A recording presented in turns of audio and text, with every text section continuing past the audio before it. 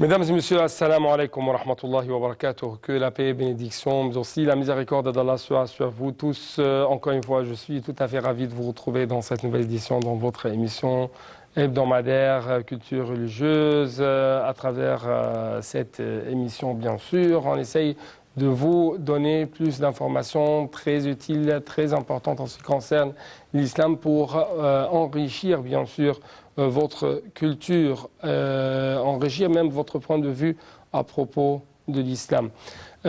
Aujourd'hui, encore une fois, nous allons poursuivre notre discussion de ce sujet très important, l'indulgence, la miséricorde, le pardon, mais à travers et à partir des exemples qui sont bien sûr eu lieu pendant la vie du prophète Mohammed, que la paix et bénédiction soit sur lui, et pendant même des situations de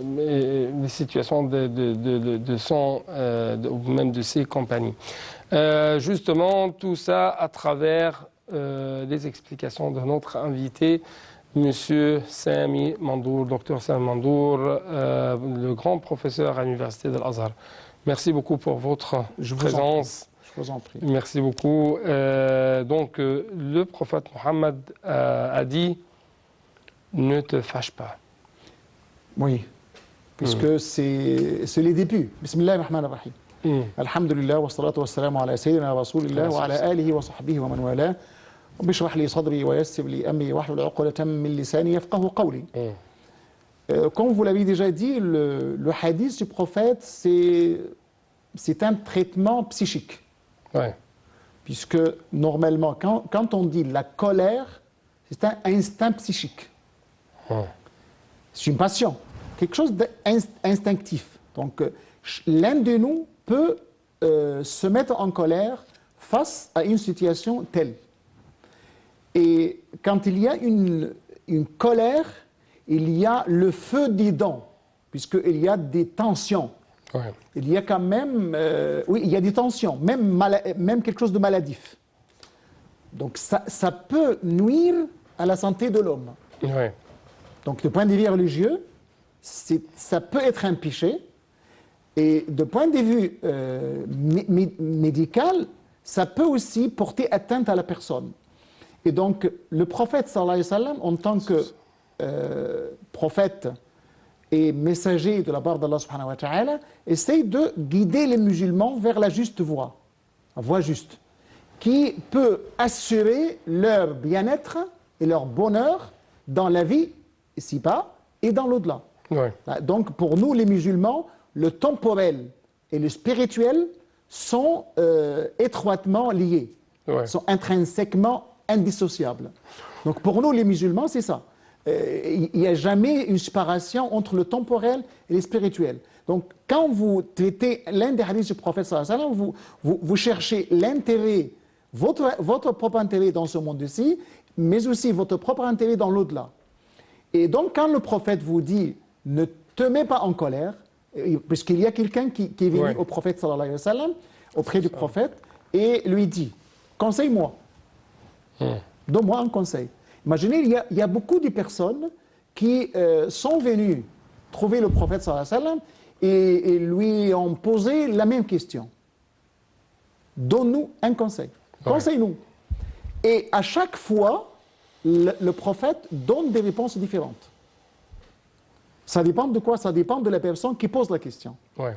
Là, quand même, ça vous donne une allusion à la personnalité même du prophète. Ouais. Parce qu'il est le plus intelligent, il est quand même quelqu'un qui comprend l'âme humaine. Oui, un sage.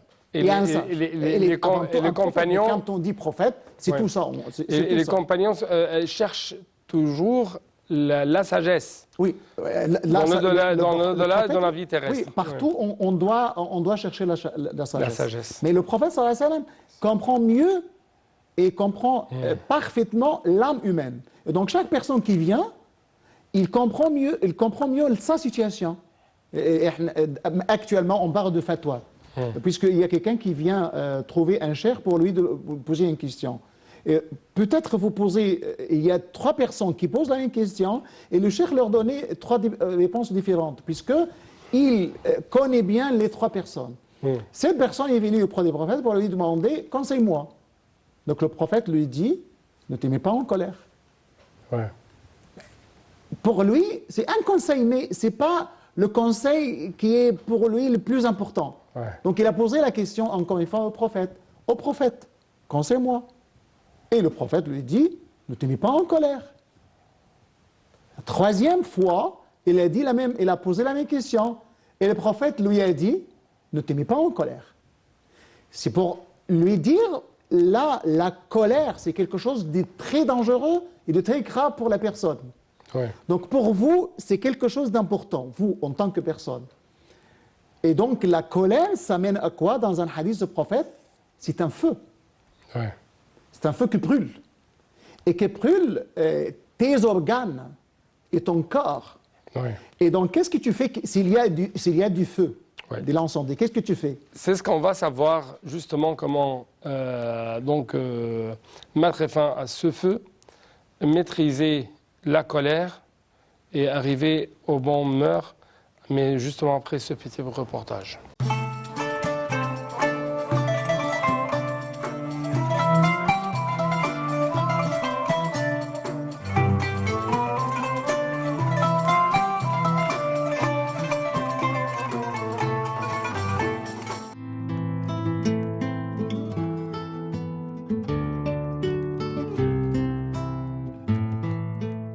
Le prophète, à lui bénédiction et salut, faisait preuve d'une extrême indulgence et aimait voir ce caractère chez les autres. Il dit un jour à un de ses compagnons, « Il y a en toi 2 qualités que Dieu aime, l'indulgence et la patience. » Anas, que Dieu l'a agréé, a dit, « Je n'ai jamais touché un brocart, ni une étoffe de soie plus lisse que la paume de la main du messager de Dieu.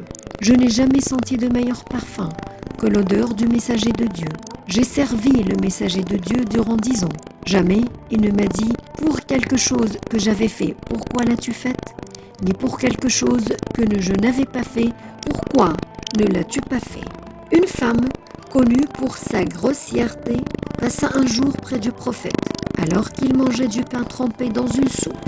Elle dit alors « Regardez-le, il s'assoit comme s'assoit le serviteur et mange comme mange un serviteur. » Le prophète, à lui et bénédiction et salut, dit « Et qui sera plus serviteur que moi ?» au sens du serviteur de Dieu.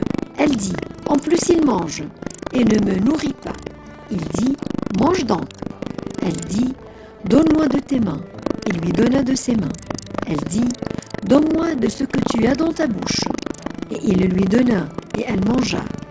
Saisie de honte, elle ne fit plus preuve de grossièreté à l'encontre de quiconque jusqu'à sa mort.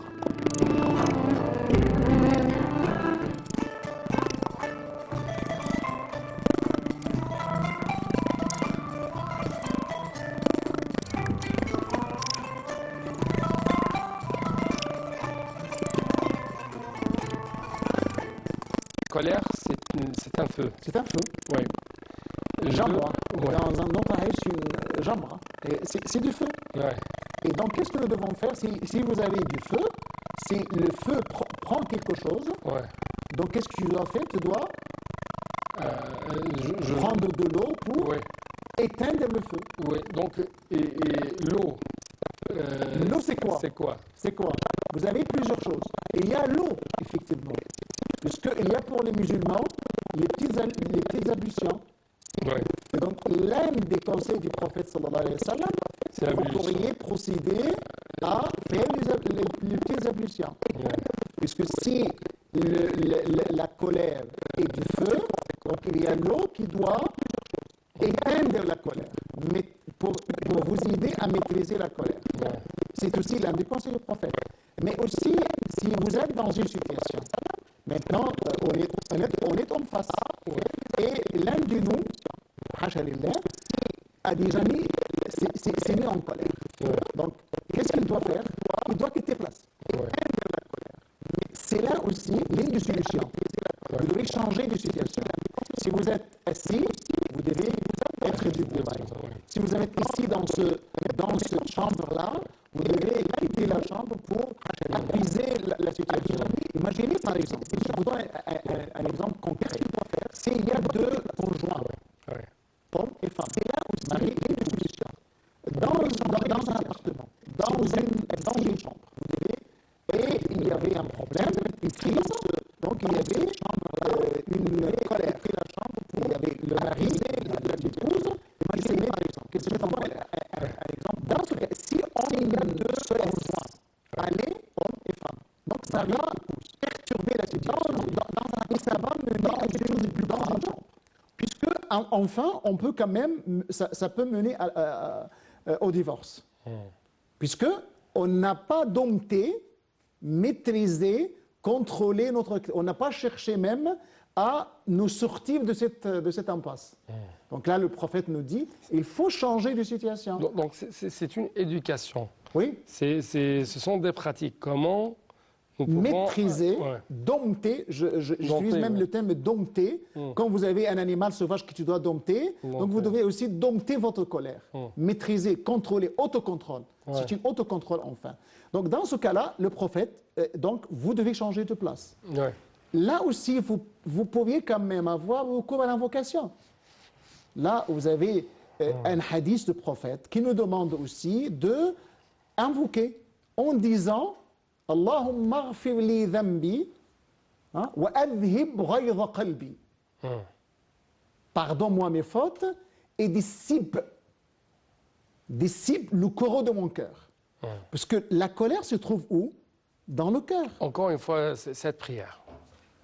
Allahumma اغفر ذنبي, oh Allah, pardonne mes péchés, وأذهب غيظ قلبي, c'est-à-dire dissipe le courroux, la colère qui se trouve dans mon cœur. Allahumma اغفر ذنبي وأذهب غيظ قلبي. وكفني أو وقني مضلات الفتن. Donc tout le hadith. اللهم اغفر ذنبي وأذهب غيظ قلبي وقني أو أعذني من مضلات الفتن. يعني protège-moi contre les séditions qui ne font que m'égarer. Et donc vous demandez à Allah trois choses.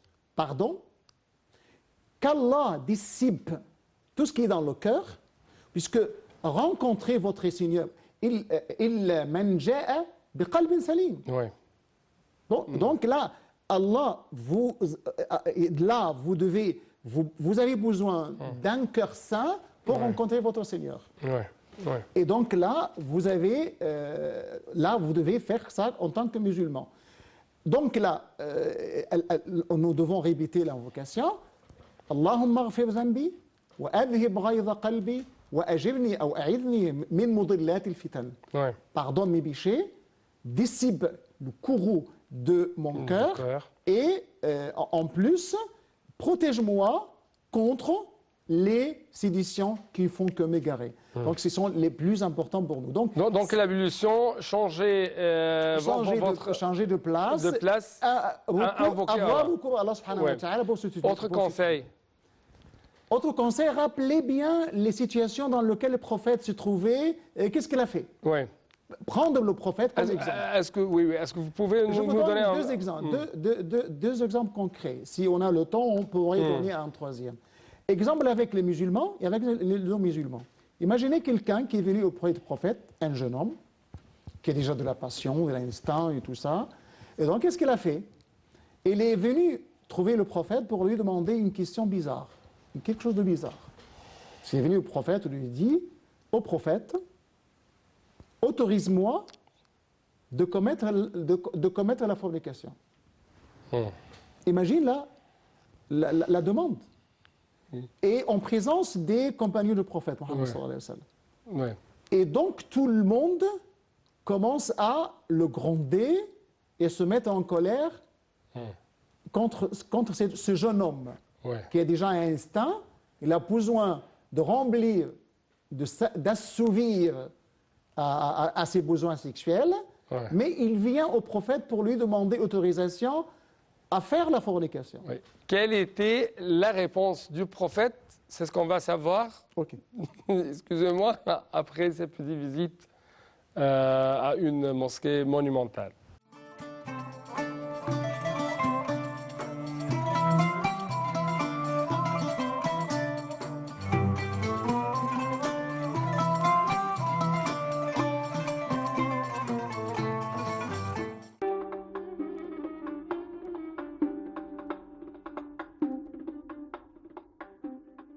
La mosquée Ibn Touloun au Caire est la plus ancienne mosquée de cette ville qui soit dans son état originel et d'ailleurs le plus ancien monument islamique du pays. C'est aussi la plus vaste en termes de surface au sol. Elle se trouve non loin de la citadelle de Salah ad-Din et de la mosquée du sultan Hassan. Elle a un minaret en forme de spirale qui rappelle celui de la grande mosquée de Samarra en Irak. Sa construction a été ordonnée par Ahmad ibn Touloun, gouverneur abbasside d'Égypte, qui gouverna le pays de manière pratiquement autonome de 868 à 884. Selon l'historien al-Maqrizi, la construction de l'édifice commença en 1876. Une inscription date son achèvement de l'an 2065 de l'Hégire, c'est-à-dire l'année 879 de notre ère.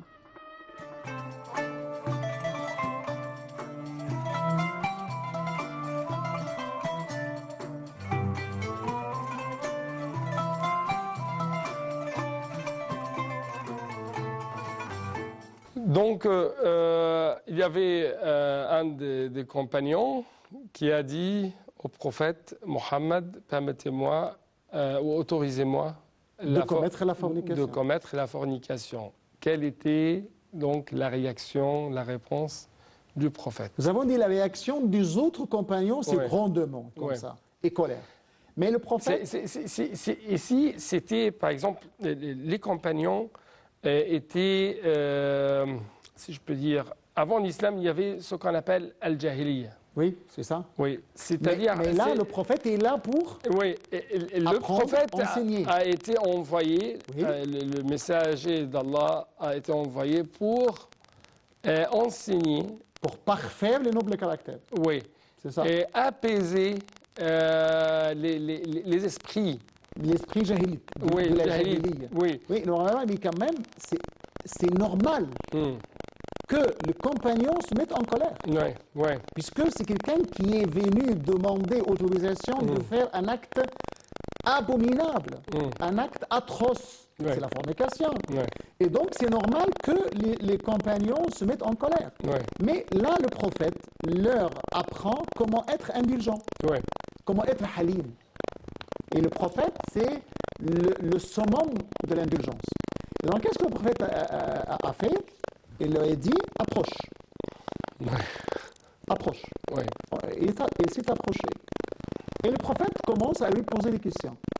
Imaginez comment le prophète s'est déjà comporté envers ces jeunes hommes-là. Et imaginez que maintenant, si quelqu'un qui est venu maintenant vous demandez de faire ça, qu'est-ce que tu dois faire? Je serai en rage. Comme le prophète. Oui, je serai en rage. Le prophète nous enseigne comment se comporter dans une telle situation, surtout avec les gens qui ont déjà une passion ardente et un instinct. Là, comme ça, vous devez quand même agir d'une façon tout à fait différente. Et donc, approche. Le prophète commençait à lui poser certaines questions. Est-ce que tu aimerais que ta mère commette la fornication, qu'on commette la fornication avec ta mère? Donc le jeune homme, stupéfait comme ça, non. Que mon homme, que mon père et ma mère seront soit en rançon pour toi, ô messager d'Allah. Et donc le prophète, lentement, lui a dit, même les autres n'aimeraient pas que leur tante commette la fornication, ou qu'on commette la fornication avec leur mère d'abord. Et ensuite le prophète a énuméré. Vous avez la mère, Ammatika, tante paternelle, Khalatika, tante maternelle, ta sœur, et ainsi de suite. À la fin, le prophète sallallahu alayhi wa sallam a mis, et à chaque fois le jeune homme dit non. Et le prophète, à chaque fois aussi, le prophète lui dit, et même les autres n'aimeraient pas qu'on fasse ainsi avec leur tante maternelle, tante paternelle, leur sœur, et ainsi de suite. Enfin, le prophète sallallahu alayhi wa sallam a mis sa main sur la poitrine du jeune homme et a invoqué en faveur du jeune homme Allahumma à chaque fois tahhir qalbahu wa hassin farjahu. Oh Allah, purifie son cœur et préserve sa chastité. Donc, après, on cite cet exemple-là pour dire voilà comment le prophète sallallahu alayhi wa sallam a déjà agi avec cette personne qui est venue de patience, indulgence, compassion, indulgence, sagesse. Là, le prophète l'a fait avec les musulmans. Mais le prophète l'a fait aussi avec, on joue cet exemple-là pour nous. Avant d'arriver aux non-musulmans, il y avait un événement très connu, un homme qui est venu dans la mosquée oui, du qui a prophète. uriné dans la mosquée. Oui, quelle était la réaction de notre prophète c'est Mohammed? presque la même chose. Oui, et la réaction Presque la même chose. oui. C'est presque la même chose. Cette personne-là, un bédouin qui est venu à la mosquée du prophète, et dans un coin de la mosquée, il a uriné. Donc là, Un bédouin, c'est-à-dire qui n'était à l'époque, ce c'est n'était quelqu'un pas qui n'était pas civilisé. Oui, à l'époque. oui. Mais il le fait comme ça, là, normal. Ouais. Donc là, dans un Parce coin de la mosquée. qu'il vit dans le désert comme ça. Donc il le fait dans un coin de la Oui, mosquée. et il y a ici un point essentiel. Le prophète, le grand imam de l'islam, notre prophète Mohammed sallallahu alayhi wa sallam, toujours essaye de donner des excuses avant de traiter les actes même de ces hommes. Avant même de donner les excuses, le Coran nous dit quoi? Oui. وَإِذَا خَاطَبَهُمُ الْجَاهِلُونَ قَالُوا Salama. سلام. S'il y a quelqu'un d'ignorant, il ne s'agit pas d'ignorance du point de vue connaissance, mais les al-jahiluna, c'est-à-dire les ignorants et les gens qui transgressent. Ouais. Jahela, alayya, c'est-à-dire il transgresse mes droits. C'est-à-dire il peut m'attaquer, par exemple. وَإِذَا خَاطَبَهُمُ الْجَاهِلُونَ, c'est-à-dire si les jahiloun, les ignorants, les transgresseurs ont commencé à leur parler, qu'est-ce qu'ils disent? Salam. Salam. Ouais. C'est-à-dire, comme je lui dis, moi je suis croyant, je suis musulman, je suis quelqu'un qui a déjà un noble caractère, je ne pourrai jamais te rendre pareil, mais idfa' billati ahsanu sayyi'a. C'est-à-dire, si quelqu'un te fait de mal, donc tu ne dois pas rendre le mal par le mal, mais tu dois rendre le mal par le bien. Parce que le Coran le dit, فَإِذَا الَّذِي بَيْنَكَ وَبَيْنَهُ عَدَاوَةٌ كَأَنَّهُ وَلِيٌّ حَمِيمٌ. Puisque la personne qui est hostile à l'égard de toi, après votre acte-là, pourrait se transformer en un ami intime. Oui. Parce que là, c'est le comportement qui fait ça. Oui, donc l'islam ne cherche pas à aiguiser l'animosité entre les gens. Il cherche à enlever, à arracher la haine du cœur. C'est pour ça que le dua, on a dit وَأَذْهِبْ غَيْظَ قَلْبِي. Je demande à Allah subhanahu wa ta'ala de dissiper ce qui est dans le cœur de la rancune, de la haine et de la colère et de tout ce qui est dans le cœur. Oui. Mais j'aimerais bien savoir comment le prophète a traité ou a réagi envers cette personne, ce bédouin, qui a uriné dans un coin de la mosquée. Imaginez si maintenant, si quelqu'un qui urine, et une fois pour toutes, on leur a dit, on ne va pas faire ça. Donc ça peut porter atteinte à la personne du point de vue médical. Quand on retient l'urine, ça fait mal et ça porte atteinte. Ouais. Et donc, qu'est-ce que le prophète a dit? Premièrement, laisse-le. Laisse-le continuer jusqu'à la fin. Da'ou. Donc là, le prophète a donné deux remèdes. Remède qui concerne la personne elle-même, puisque ça peut porter atteinte à sa personne et à sa santé. Donc il a dit, laisse-le. Et ensuite, il y a de l'urine dans la mosquée. Ouais. C'est tout simple. Qu'est-ce que nous devons faire? وَأَحْرِيقُوا عَلَيْهِ ذَنُوبًا مِّن مَاءٍ. C'est-à-dire jeter de l'eau sur les lieux, l'endroit où il y a de l'urine. C'est fini, c'est tout. Et dans un autre hadith, donc c'est une mosquée, c'est une sainte place, et ainsi de suite. Mais toujours on donne des excuses à cette faiblesse humaine. C'est ça. C'est un point qui m'attire toujours. C'est un moment où on commence à apprendre les gens comment se comporter. Là, on parle de ce qu'on appelle l'étiquette du prophète. La bienséance, les règles de bienséance auxquelles le prophète nous appelle.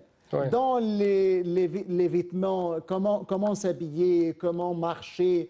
Là, le Coran le dit. وَعِبَادُ الرَّحْمَنِ الَّذِينَ يَمْشُونَ عَلَى الْأَرْضِ هَوْنًا وَإِذَا خَاطَبَهُمُ الْجَاهِلُونَ قَالُوا سَلَامًا. Vous avez un lien entre deux choses, entre la modestie et l'indulgence. On est modeste. Dans ce cas-là, on est indulgent. Quand on est modeste, on doit être indulgent. Et l'indulgence, être modeste, ça signifie que vous êtes fort.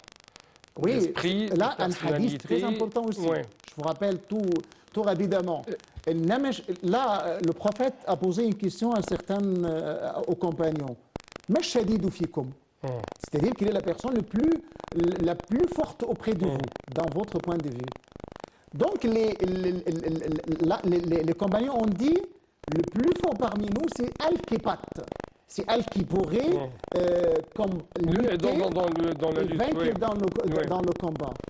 Le prophète a dit, ليس الشديد بالسرعة وإنما الشديد الذي يملك نفسه عند الغضب. C'est-à-dire, la personne la plus forte, c'est pas celui qui lutte bien, celui qui vainc dans la lutte, mais c'est celui qui maîtrise sa colère. Docteur Saïd Mandour, pour clôturer cette édition, j'ai une question. Quand je ne dois pas être indulgent, quand je ne dois pas être indulgent, le hadith te répond. Puisque Sayyida Aïcha, radiyallahu anha, il a dit à quel moment le prophète se met en colère. Le prophète sallallahu alayhi wa sallam ne se mettait en colère qu'en cas où on a violé le droit d'Allah. La réponse. C'est clair? Si quelqu'un a violé le droit d'Allah, les interdictions d'Allah, dans ce cas, vous devez vous mettre en colère. C'est pas pour vous-même, là la question. Vous ne devez pas vous mettre en colère pour vous-même. Mais si on a violé le droit d'Allah, vous devez vous mettre en colère. Nous prions Allah qu'il soit glorifié. وأذهب غيظ قلبي وأجرني من مضلات الفتن. Allahumma amin. Avec cette prière, je dois vous remercier infiniment pour tous vos efforts. Merci beaucoup. Je vous en prie. Et nous prions toujours Allah pour que nous rende indulgents, tolérants et forts en même temps. Merci beaucoup et à la prochaine. Au revoir.